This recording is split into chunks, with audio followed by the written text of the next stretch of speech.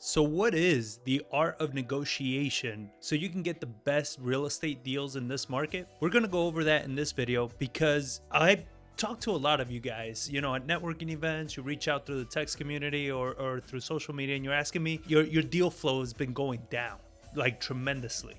You're talking to sellers, but the response I keep getting from you guys is they just don't want to sell. Sellers don't want to sell. We have seen a drop in active listings in the market and stuff like that, but sellers are still selling. There is still motivation in the market.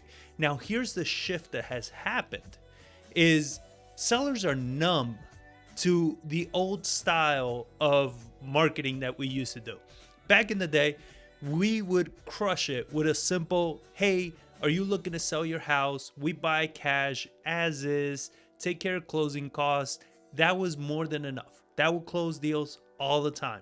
We would send very basic postcards out that would say, my wife and I want to buy your house. My family and I want to buy your house. We were killing it with those. It didn't require that much. But through the years, as more and more people have gotten into real estate, as more and more wholesalers have gotten into real estate, it has made those style of selling and marketing much, much harder. So you got to shift the way you do your sales and the way you do your marketing. So in this video, I'm actually going to give you the 5 key points that we use every single day to close big deals. Most wholesalers are averaging $10,000 to $15,000 a wholesale deal. We average about $35,000 a wholesale deal. We've closed few recently for $90,000 and $110,000. Why? Because of these key points. So this is the time to shut off distractions, lean in, and I want you to take notes and really understand what it is that I'm telling you with these 5 points.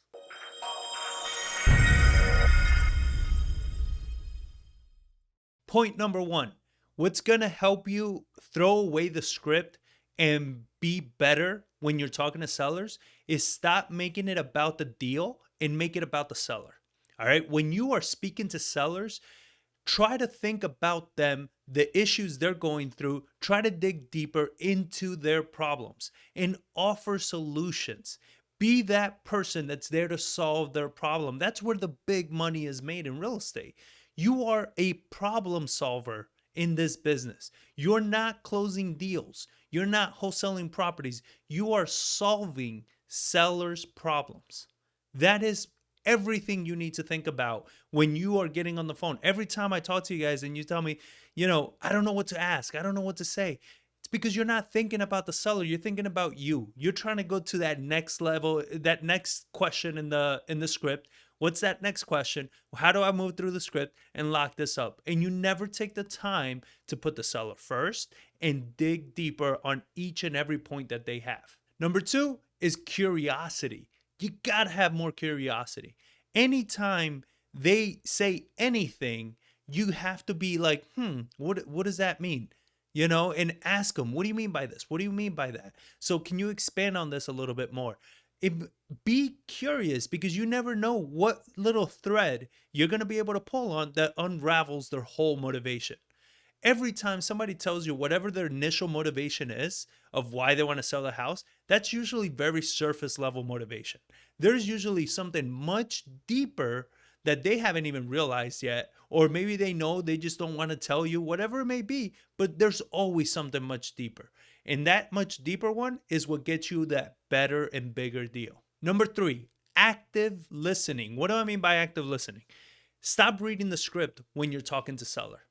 You're speaking to a seller just like you would speak to any other person, anywhere that you go, anybody networking, whoever it is. You're not interrogating people, all right? Get rid of that concept. Start being active and listening when you're speaking to these sellers. So what do I mean by active listening? You're not taking notes. We use Resimpli, is a CRM that we use. It records every single phone call that we make. Even if we do direct mail or anything, anytime somebody calls us back, it comes to those phone numbers and it's a recorded line. I don't need to take notes. Listen to what they're telling you, because there's so many times, because you're writing down notes or you're reading your script, that you actually miss a very key important information that they gave you that you didn't ask deeper questions on because you weren't listening. All you were doing is writing down whatever you thought was important, or maybe looking at your script to see what's next. What do I ask next? What do I bring up next? And you're not listening to this person. And guess what? Sellers can feel this. When they are not being listened to, they can tell because they're telling you stuff and you're kind of moving on to the next point. Where if you're like, oh, okay, well, that's interesting. Tell me more about that. Or yeah, I can see how that's an issue. Now, what other issues has that caused? So you go a little bit deeper into whatever it is that they were talking about. And when you do that, they connect better, whether they know it or not, because they feel like they're being listened to. And when they feel like they're being listened to, they're a lot more likely to open up. I hear this so much when it's like, oh, when I gave them the offer, I lost the deal, right? Like the offer just wasn't it.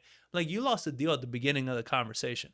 I do a lot of call reviews with my students, and the majority of them are lost at the beginning of the conversation. You never built that connection and that trust with the seller early on in the conversation. That's why you lost them later, because the whole time you never had them. The whole time they had their guard up, they were protecting themselves, they were making sure that you weren't going to get one over on them, and all this is because you did not take the time to build the trust and rapport that is required for them to open up with you. And the way you do that is by being an active listener. They say something, respond accordingly.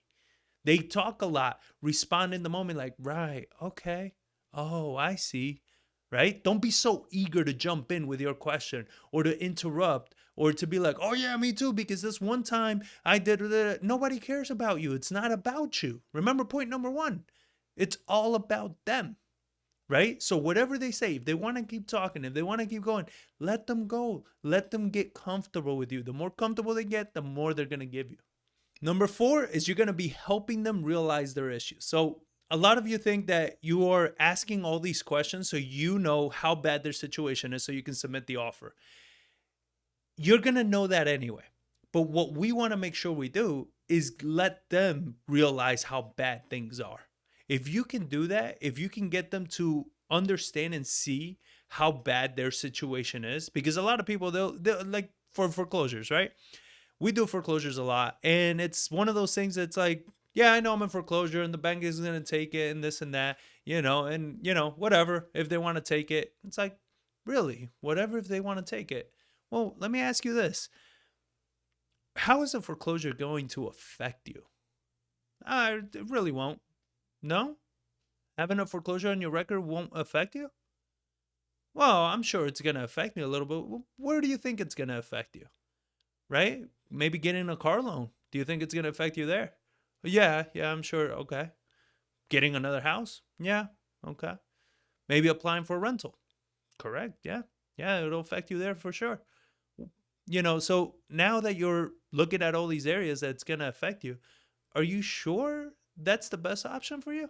Because if you let it go where they say, oh, I don't care, let the bank take it, and you don't dig deeper into the consequences and help them understand how deep these consequences are, they really do think that, let the bank take it. What's the worst that can happen?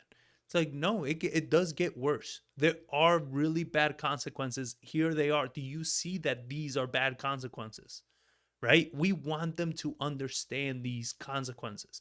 We want them to understand how bad it can get, because once they understand it, it becomes a point of help me stop this, not how much can you offer, right? It no longer becomes a discussion about price, but rather a discussion about solutions. And that's, again, where you get big deals. And key number 5, it is never about the price. Never about the price. It's what that price can get them.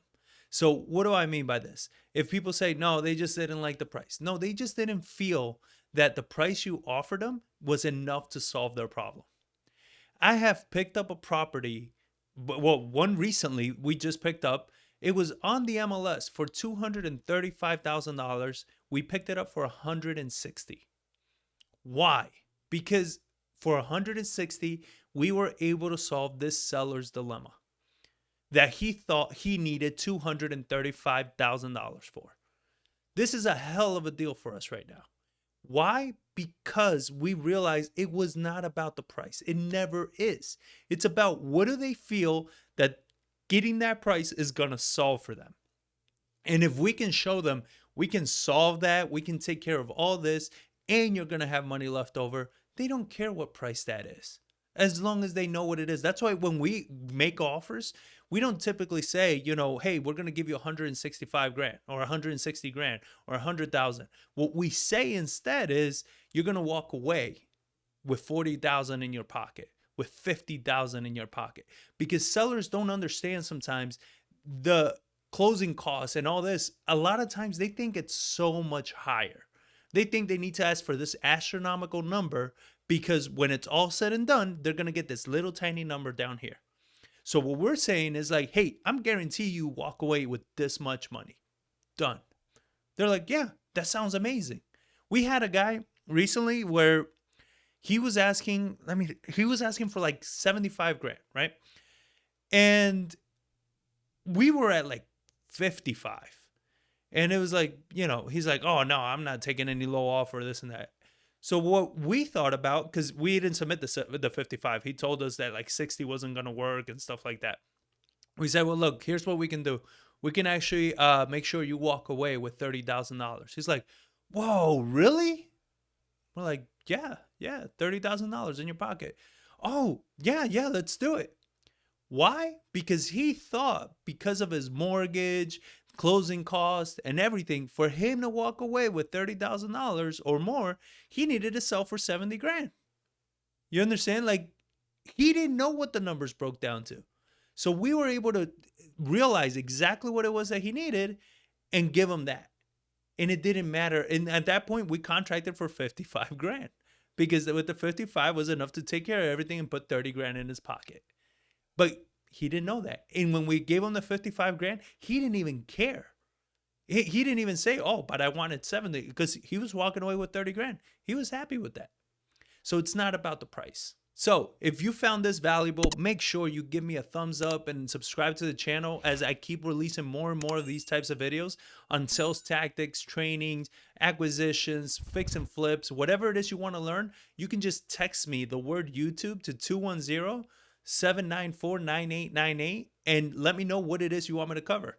Anything you tell me, I'll create a video, I'll create some training around it, and it's 100% free. You never pay for anything. All you got to pay for is just give me a thumbs up and a subscribe. It means the world to me. So catch you all on the next one.